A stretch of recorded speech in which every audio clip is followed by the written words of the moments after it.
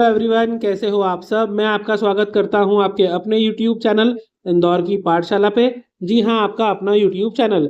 और आज हम डिस्कस करने वाले हैं BA फर्स्ट ईयर वाले बच्चों के लिए हिस्ट्री का उनका फर्स्ट पेपर जो मेन है, भारत बोध। ठीक है, जो आपका भारत बोध का भी पेपर हुआ था वो तो सारी स्ट्रीम वालों के साथ में हुआ था। ये आपका मेन पेपर है, मेजर 1 हिस्ट्री वाले बच्चों का भारत बोध। आज हम डिस्कस करने वाले हैं हर यूनिट के टॉप 4 क्वेश्चंस। और आप मान के चलिए, अगर आप इनको तैयार कर लेते हैं तो आपका पेपर बहुत अच्छा जाने वाला है। अगर आपने मेरी वीडियो से हिंदी, इंग्लिश और भारत बोध पढ़ा है तो आपको पता होगा कि बहुत सारे क्वेश्चन हमारी वीडियोज में से ही आते हैं, या फिर मैं ये कह लूँ कि लगभग सारे क्वेश्चन जितने आपको करना होते हैं वो सब हमारी वीडियो में से आ जाते हैं। तो अगर आप चैनल पर नए हैं तो अभी वीडियो को लाइक करो, चैनल को सब्सक्राइब करो और बेल आइकन जरूर प्रेस कर दो ताकि कोई वीडियो आपसे मिस ना हो।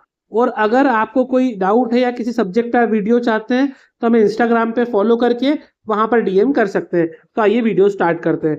यूनिट 1 भारत बोध के अंदर क्या क्या पढ़ना है हमको। पहला क्वेश्चन, भारतवर्ष के भौगोलिक और सांस्कृतिक स्वरूप की व्याख्या कीजिए।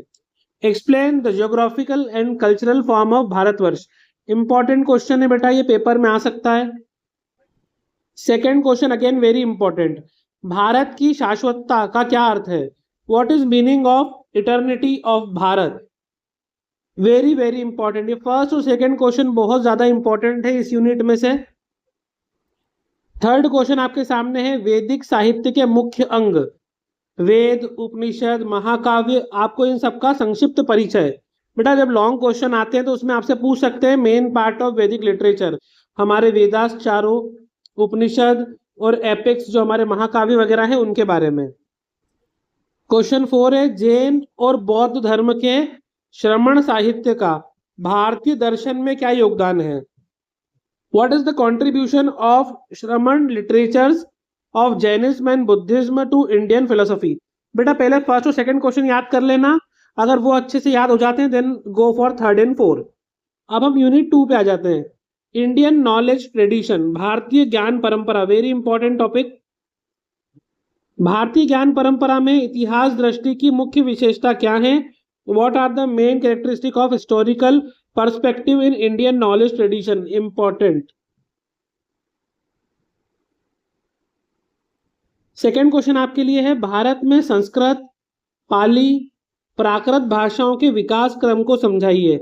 Explain the development of sequence of Sanskrit, Pali और प्राकृत लैंग्वेज इन इंडिया। देखो इंडिया में किस तरीके से धीरे धीरे पहले संस्कृत आई, फिर पाली, फिर प्राकृत, ये भाषा कैसे कैसे आई और उनका डेवलपमेंट कैसे हुआ उसके बारे में आपको सीक्वेंस वाइज लिखना है। नेक्स्ट क्वेश्चन है, ब्राह्मी और खरोष्ठी लिपि का भारतीय संस्कृति में क्या महत्व है। What is the importance of the Brahmi and Kharoshthi script in Indian culture. देखिए आपका मेन हिस्ट्री है तो इसलिए आपको थोड़ा सा हिस्ट्री और भारत ट्रेडिशन और कल्चर इनको लिंक करके पढ़ना पड़ेगा, तब जाके आपका पेपर अच्छा जाएगा। फोर्थ क्वेश्चन, भारतीय संस्कृति की प्रमुख विशेषताओं पर प्रकाश डालिए। Throw the light on the main characteristic of Indian culture. Bharat संस्कृति की मुख्य विशेषताएं। देखिए मैं आपको पहले ये सजेस्ट करूंगा कि आपको हर यूनिट के पहले 2-2 क्वेश्चन कर लेना है, वो कंप्लीट हो जाते हैं then go for third question and then go for fourth question. इस तरीके से आप करोगे तो सारी यूनिट भी कवर हो जाएगी, कुछ छूटेगा भी नहीं आपसे। ये गलती मत करना कि पहले एक यूनिट के चारों क्वेश्चन याद कर रहे हो। कई बार क्या होता है बेटा, बच्चों को टाइम भी कम पड़ता है और फिर वो याद भी नहीं कर पाते हैं। तो पहले हर यूनिट का पहला क्वेश्चन कंप्लीट करो, 5 यूनिट कंप्लीट हो जाती है, फिर दे गो फॉर सेकेंड क्वेश्चन, फिर थर्ड और देन फोर्थ। इसी सीक्वेंस में तैयारी करना है आपको। Unit 3 state system and society, भारतीय राज्य व्यवस्था एवं समाज। इससे आपको 2 क्वेश्चन पेपर में देखने को मिलेंगे आराम से, 3 भी मिल सकते हैं पर 2 तो मिलेंगे ही मिलेंगे। पहला क्वेश्चन, प्राचीन भारत में ग्राम स्वराज्य की संकल्पना की व्याख्या कीजिए। Explain the concept of gram स्वराज्य इन एंशिएंट इंडिया। बेटा भारतीय राज्य व्यवस्था है तो ग्राम स्वराज्य से स्टार्ट होगा, इंपॉर्टेंट है ये क्वेश्चन। इसके बारे में शॉर्ट नोट तैयार कर लेना, अच्छे पैराग्राफ्स वगैरह में लिख के आप एक बार देख लेना घर पे। एकदम एग्जाम में लिखने जाओगे तो मे भी कुछ चीजें आपको याद रहें कुछ ना रहें।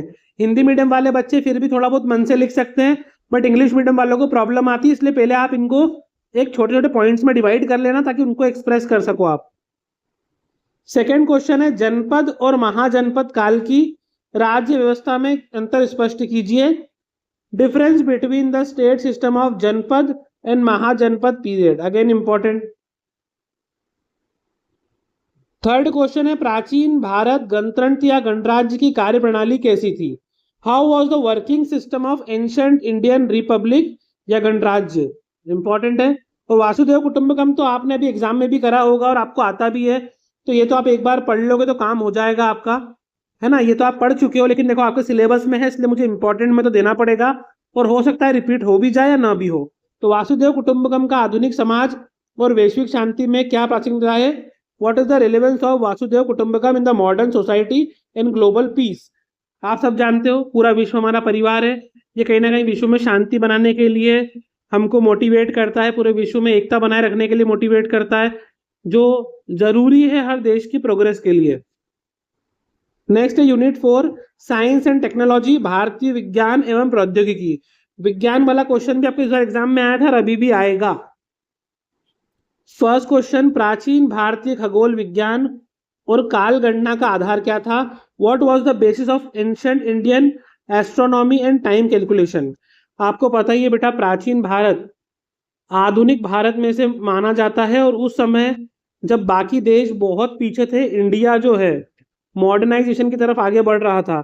भारत का विज्ञान और गणित दोनों ही में कोई जोड़ नहीं था, कोई भी भारत के आसपास भी नहीं था। आयुर्वेद और योग के माध्यम से स्वास्थ्य के भारतीय दृष्टिकोण को समझाइए। Explain the Indian perspective on the health through Ayurveda and yoga. Yoga का क्वेश्चन आपको पहले भी आया था, आयुर्वेद से जुड़ा क्वेश्चन आ सकता है आपको।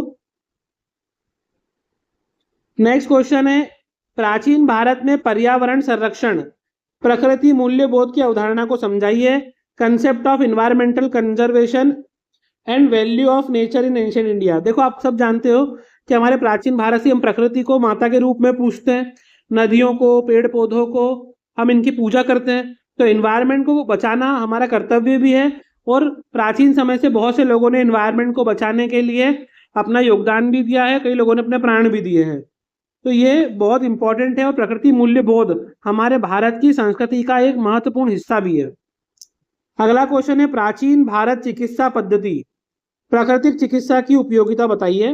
What is the utility of ancient Indian medical system, important है, नेचुरोपैथी बोलते हैं इसको।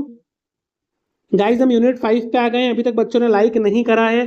देखिए आपके लिए वीडियो बनाना पड़ रही है, आप जानते हैं कि बीए के अलावा बीसीए, बीएससी, बीकॉम, बीबीए सबके एग्जाम्स हैं, और सबके लिए वीडियो बनाना पड़ती है।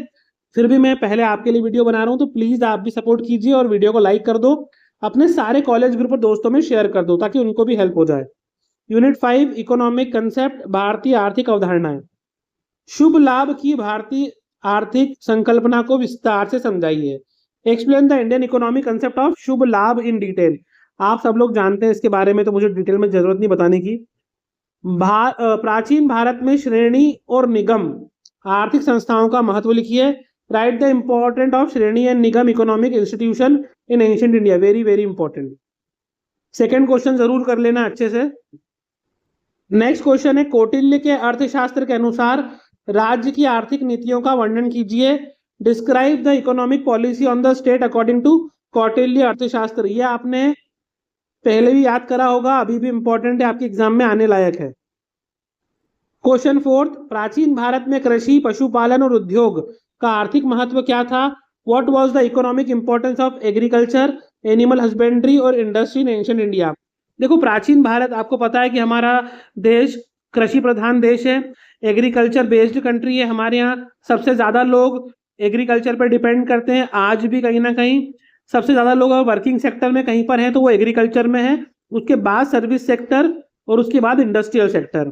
तो ये आपको पता ही ऑलरेडी। एनिमल हस्बेंड्री, पशुपालन, ये भी हमारे देश में बहुत होता है और बहुत से लोगों की आजीविका का साधन भी है। और इंडस्ट्री अब बढ़ने लगी है, उद्योगों में विकास हो रहा है, पर आपको एंशिएंट भारत लिखना है। तो प्राचीन भारत में कुटीर उद्योग और लघु उद्योगों की महत्वता थी बेटा। तो ये थे 5 यूनिट के top 4 questions. I hope video आपको अच्छा लगा होगा। कोई भी डाउट हो, क्यूरीज हो, तो आप मुझे इंस्टाग्राम पे फॉलो करके डीएम कर सकते हो डायरेक्टली, कई बार यूट्यूब पे ढेर सारी कमेंट्स होती है तो हम उनका जवाब नहीं भी दे पाते हैं, क्योंकि मेरी ऑफलाइन क्लासेस भी होती हैं। तो मैं आपसे रिक्वेस्ट करता हूँ, प्लीज़ मुझे इंस्टाग्राम पे फॉलो करके वहाँ डीएम कर दीजिए और ये क्वेश्चंस याद कर लेना। All the very best. अच्छा, इनके आंसर्स आप या तो आपके पास कोई स्टडी मटेरियल है वहाँ से निकाल सकते हैं, या आजकल तो एआई पे सारे आंसर मिल ही जाते हैं, तो आप वहाँ से भी इजी लैंग्वेज में कर सकते हैं। ठीक है गाइज।